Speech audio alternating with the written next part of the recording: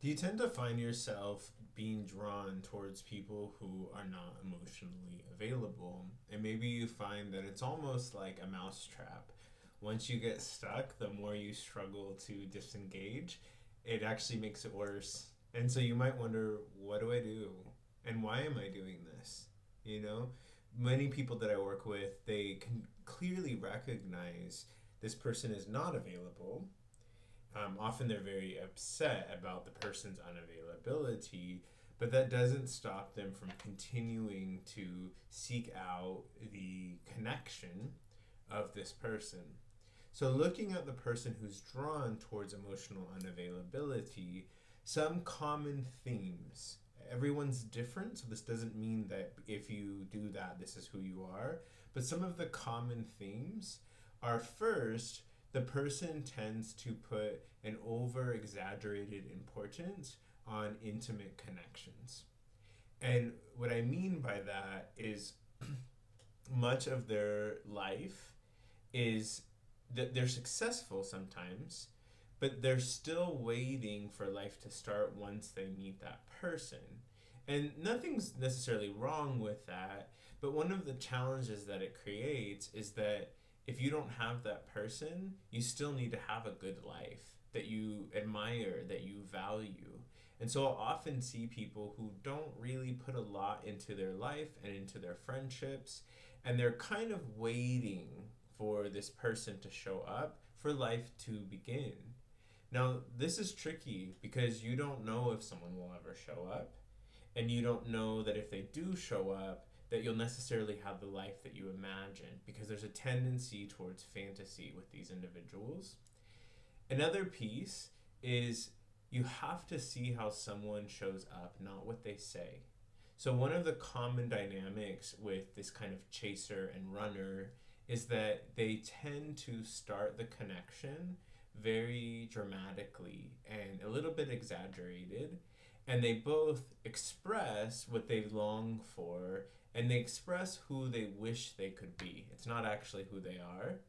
And the two, each person takes this wholeheartedly and starts to develop a sense of who they are. So people who have more secure attachments, they'll listen to what someone says, but they need to see that actually show up in order for them to engage in that way, to move towards building a future. I need to see, do you do what you tell me? Because if you don't do what you tell me, even though it's a great sentiment and I love the idea, you're showing me that you can't do that. So it's really important to not hear someone's love bombing, which is going to be a common thing, and then start running with that. But actually see, do they show up? Are they available? Are they doing anything that they're saying, or are they putting it off into a future that may or may not ever come? And do you want to wait and invest that time? Because you have to think about your life only has so much energy. And you want to make sure that you're investing your energy in places that are actually productive and give back to you.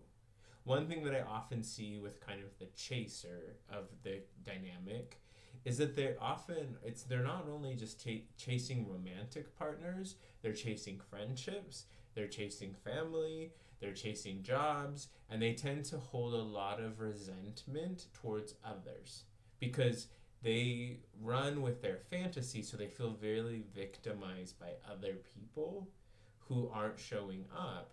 But those other people who aren't showing up, as they start to unpack their story, they've never really showed up. And sometimes it's been decades, and the person's so upset. And it's like, but actions speak louder than words. I could tell you that I can fly, but I can't. And it doesn't matter how often I tell you I can fly, I still can't. And so it's very important to kind of move away from fantasy because that fantasy is what's actually harming you. It's not the emotionally unavailable person because they're pretty much showing up consistently. Another piece that is helpful to consider is that one thing I notice with emotionally unavailable people is that they are only emotionally unavailable when their connections get to a level of closeness that they're now uncomfortable with. So there are often people who are actually quite charming. They can even be people who are quite inspirational or quite giving. But if you notice with those people, they don't do that for the people closest to them. They do that for kind of groups, organizations, people who are always in trouble. So I always listen when someone's telling about their life. If all their life is about fixing other people's chaos, there's a really good chance they're emotionally unavailable because they can show up in those moments and they can be the hero, and that's what they're actually after. They're not actually after closeness, they're actually after being a hero. Because what often happens for that emotionally unavailable person is that if you dig into their childhood, they were never good enough for one of their parents to show up, or at least that's what they believed. And so they took on this kind of a need for a cape to be a superhero with this intention that if I'm perfect, maybe my parent will wake up and want me. And so they become that person, that hero, and unfortunately, their parent never really wants them, even though they do that. And so their life becomes about achieving and being good enough, or at least holding up that image, instead of genuine connection. So that can be helpful to consider so that you could maybe relax your resentment a little bit and understand that this person is struggling. This person is very lonely. Because if you're a hero, heroes are great, but heroes are very lonely because no one shows up for them. And oftentimes, people who always want to be heroes, they're also just unavailable. And so they don't invest in connections that could actually pay back because there's a level of discomfort that comes with closeness. There's a beauty with closeness, but there's a level of discomfort. You have to face yourself. You have to see who you actually are versus what you want people to perceive you as. So, with those things, I think it's really helpful to really look at your own life, invest in your life. Don't wait for someone to show up, invest in your life. And when you meet someone who tells you those things, don't disappear from those other parts of your life. I also see that where people do have a pretty decent life, and when they meet someone, they just disappear. They disappear from the friendships they've created, they disappear from the causes that are important to them, and they just start chasing and chasing and chasing. We need to have many legs on our table of life. It can't be one leg because if that leg disappears, the whole table collapses. So continue to invest in those things that have fed you and really look at what this person is offering versus what they're saying. So I've had many experiences throughout my life because I definitely is drawn towards people who are emotionally unavailable.